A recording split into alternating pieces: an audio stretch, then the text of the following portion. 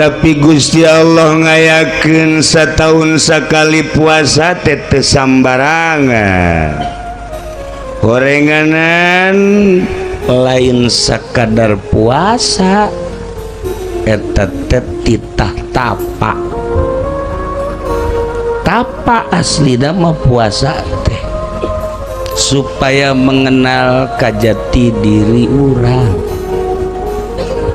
Jadi titah tapa puasa teh lain sakadar teu dahar, teu nginum, teu jima. Etalah puasa.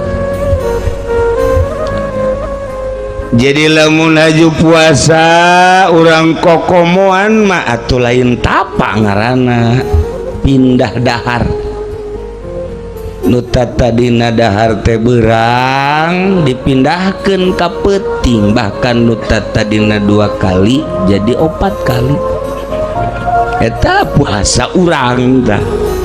Lain puasa atawa nu kos kitu mah aslina puasa baktap.